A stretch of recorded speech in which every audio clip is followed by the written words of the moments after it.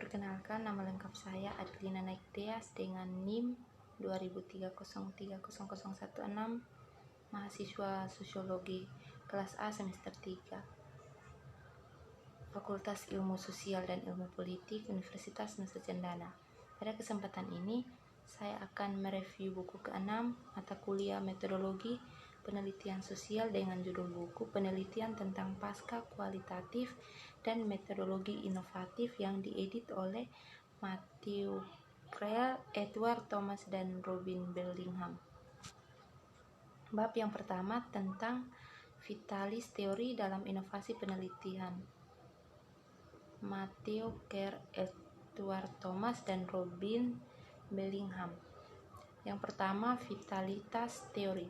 Teks ini dapat menyediakan tempat bagi penulis karir awal untuk melakukan pekerjaan eksperimental yang kaya secara teoritis dan berkontribusi pada percakapan tentang generativitas dan kemungkinan pasca penelitian kualitatif.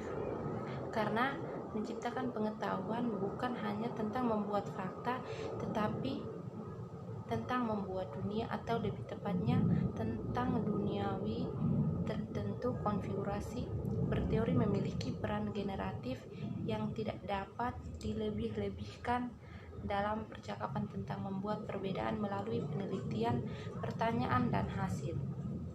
Kami menggunakan pengakuan atas peran teori dalam penelitian yang ditempatkan di garis depan pikiran kita. Sifat pengetahuan yang tidak tetap dan terdapat fakta bahwa berteori adalah praktik pembuatan batas yang sekaligus membatasi produktif kategori dan proses pengetahuan. Vitalitas teori dalam pembuatan pengetahuan baru adalah gerakan yang berkelanjutan di seluruh teks ini. Teori sangat penting, yaitu hidup dan pada dasarnya terjerat dengan kehidupan. Dalam volume ini, premis teoritis dan desain metodologis diberikan kehidupan di dunia nyata, aplikasi di sekolah, kantor, ekologi, marine text, dan fitur di taman bermain. Teori ini harus menyadari keadaan dalam mengakui tantangan saat ini dan terbuka untuk kemungkinan. Premis dari teks ini bahwa penggunaan teorinya harus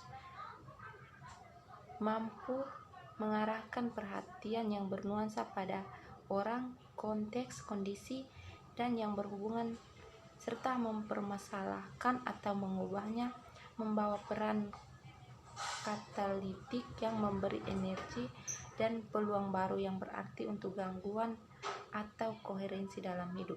Penelitian pasca kualitatif dan metodologi inovatif dapat disusun menjadi 3 masalah yang berbeda tetapi saling terkait, di antaranya subjektivitas, agensi, dan identifikasi. Yang kedua, waktu, ruang, dan materialistis, dan yang ketiga, keterikatan inovasi dan metodologi. Selain gangguan umum ini, pola kriya penulis dengan teori sebagai kekuatan vital membekas lainnya. Pola resonansi dalam volume ini dibahas sebagai berikut. Yang pertama, pancaran vitalitas dalam praktik penelitian terbuka. Dalam kumpulan bab ini, dalam volume ini adalah pola yang menyoroti pancaran vitalitas yang dimungkinkan oleh teori baru atau aplikasi teori baru.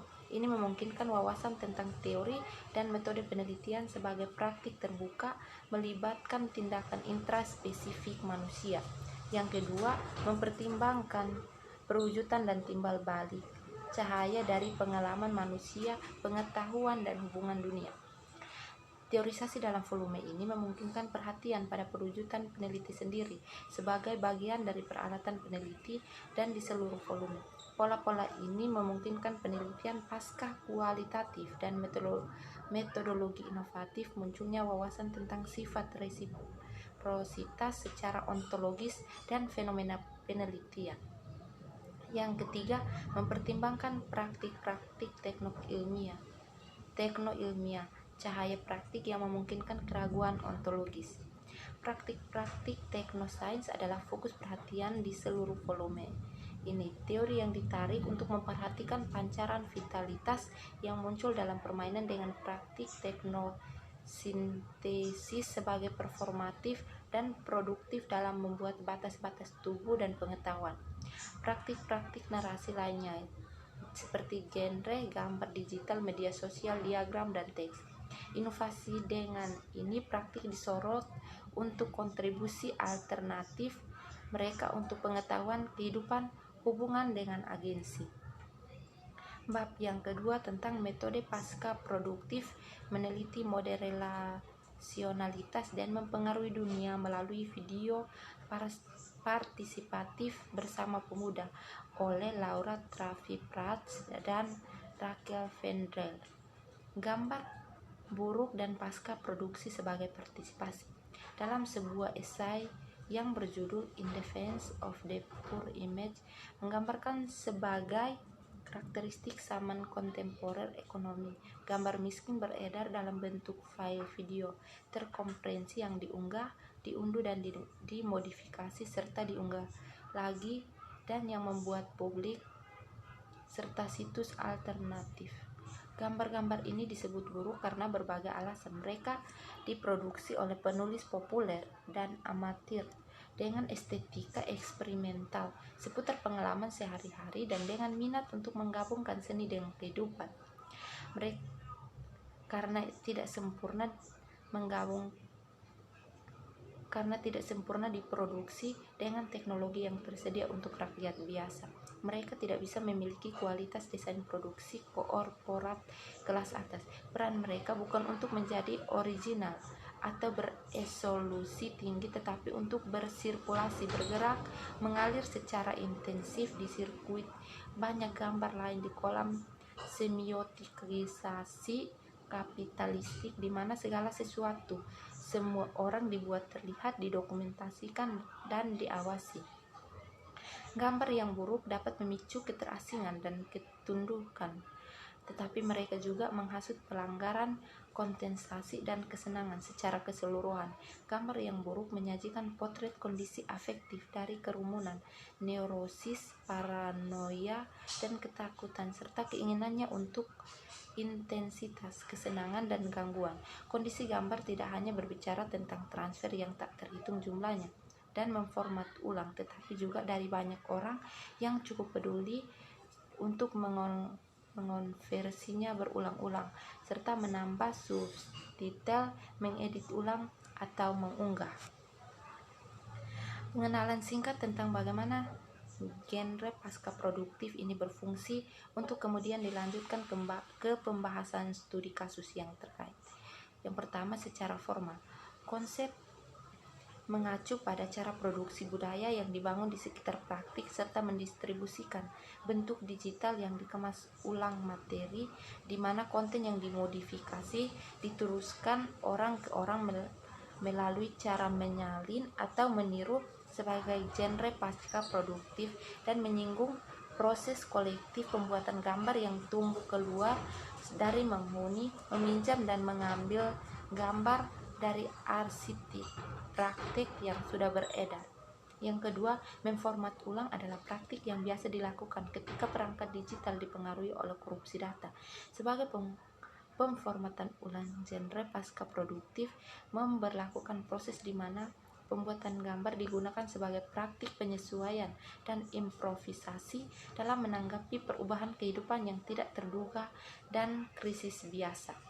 Yang ketiga, dalam montase teori film mengacu pada pengaturan gambar dalam kaitannya dan potensi transformasi bahwa relasionalitas seperti itu diperkenalkan dalam narasi film secara keseluruhan sebagai genre pasca produksi. Montase mengacu pada kemungkinan dan mewakili penelitian sebagai suatu proses diferensial dari hubungan yang muncul dan berkelanjutan antara tubuh, teknologi, gambar, dan tempat dalam ruang dan waktu. Bab yang ketiga tentang penyelidikan kualitatif kritis eksperimental mengganggu metodologi menolak mata pelajaran oleh Travis M. Marm dan Jennifer R. Welligemuth. Yang pertama, pengantar. Dalam bab ini mendemonstrasikan bagaimana penulis pertama, yaitu Travis, yang menggambarkan kerangka materialis dan posthumanis untuk melakukan pendekatan filosofis informasi, studi empiris identitas birasial hitam putih dalam studinya. Travias mengambil kerangka filosofi materialisme baru dan posthumanisme untuk mengkritik dan mengembangkan pemikiran tentang humanis, metode kualitatif, dan memungkinkan akun baru identitas birasial, berbeda dari penelitian sebelumnya. Sebagian besar penelitian kualitatif tentang birasialisme untuk data mengasumsikan rasa diri birasial yang bersatu dan stabil dan mengabaikan peran ontologis penting dari metodologi dan metode penelitian dalam instalasi identitas birasial.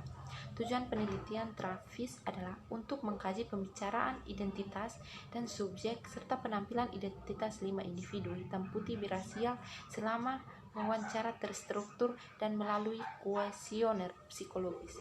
Humanisme, posthumanisme, realisme, agensi, dan penelitian pasca kualitatif. Studi birasial Travis dan teori keterikatan yang disengaja didasarkan pada posthumanisme dan materialisme baru. Posthumanisme bukanlah kerangka kerja terpadu dan telah secara beragam disebut pasca representasi empirisme baru, pasca konstruksionisme, materialisme feminis, giliran ontologi antara label lainnya. Dasar pemikiran studi birasial. Penelitian tentang birasialisme biasanya meremehkan identitas birasial dan menggunakan asumsi humanisme dalam mempelajari identitas baru. Karena posthumanisme dan materialisme baru menawarkan kritik keras terhadap hal ini. Asumsi berusaha untuk memahami serangkaian kemungkinan yang berbeda untuk identitas dalam penelitian psikologi. Garis besar studi.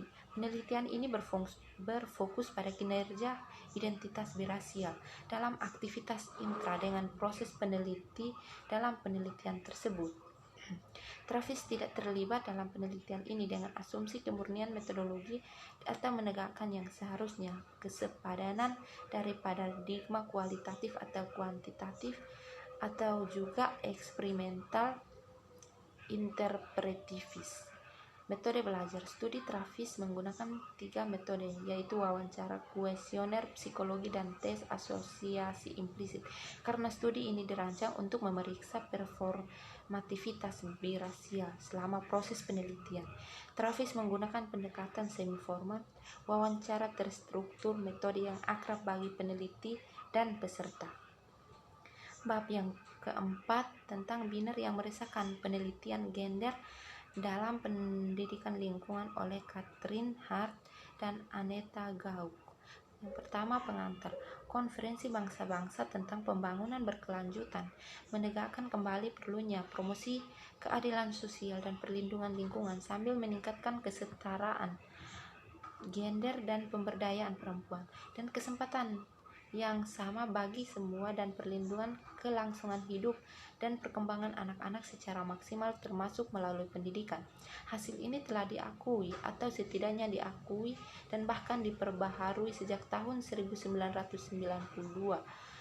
oleh Unit Konferensi Bangsa-Bangsa tentang Lingkungan dan Pembangunan. Tujuan pembangunan berkelanjutan dari agenda untuk pembangunan yang berkelanjutan memiliki 5 tujuan: mencapai kesetaraan dan pemberdayaan gender semua wanita dan anak perempuan, namun perempuan bersama dengan kelompok terpinggirkan lainnya seperti mereka termasuk orang-orang yang miskin, rasial, pribumi, berbeda, mampu, dan gemuk telah diabaikan dalam banyak praktik pendidikan lingkungan.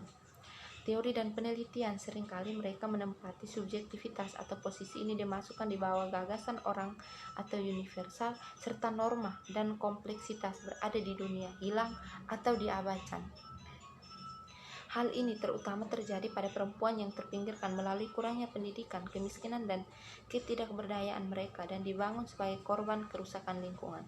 Melakukan penelitian pendidikan lingkungan berbasis gender. Bagaimana seseorang terlibat dalam lingkungan yang sadar akan gender. Penelitian pendidikan. Secara historis, ada contoh pendekatan untuk penelitian pendidikan lingkungan gender yang karena berbagai alasan telah berkurang lebih efektif dalam menjawab pertanyaan tentang gender. Namun, meskipun dari beberapa penelitian yang diartikulasikan dengan jelas dan saran yang bijaksana, masih ada sebuah kesenjangan dan marginalisasi isu-isu gender baik dalam pendidikan maupun riset pendidikan lingkungan. Karena konsep gender itu sendiri kompleks, tidak mungkin untuk sampai pada satu jawaban tertentu tentang bagaimana melakukan gender riset pendidikan lingkungan. Subjektivitas lingkungan, contoh yang dapat diwujudkan. Salah satu contoh pendekatan peneliti yang berusaha mengganggu gagasan tentang bagaimana peneliti mungkin mencoba untuk mengungkapkan dan menyajikan aspek individu dan bagaimana mereka memposisikan diri mereka sebagai doktor yang disertai subjektivitas lingkungan dan proses menjadi serta mencoba membuka diskusi tentang implikasi teori dan praksis yang berimplikasi, yaitu membuka kemungkinan untuk perspektif metodologi yang muncul dan aplikasi pedagogis. Sekian dan terima kasih.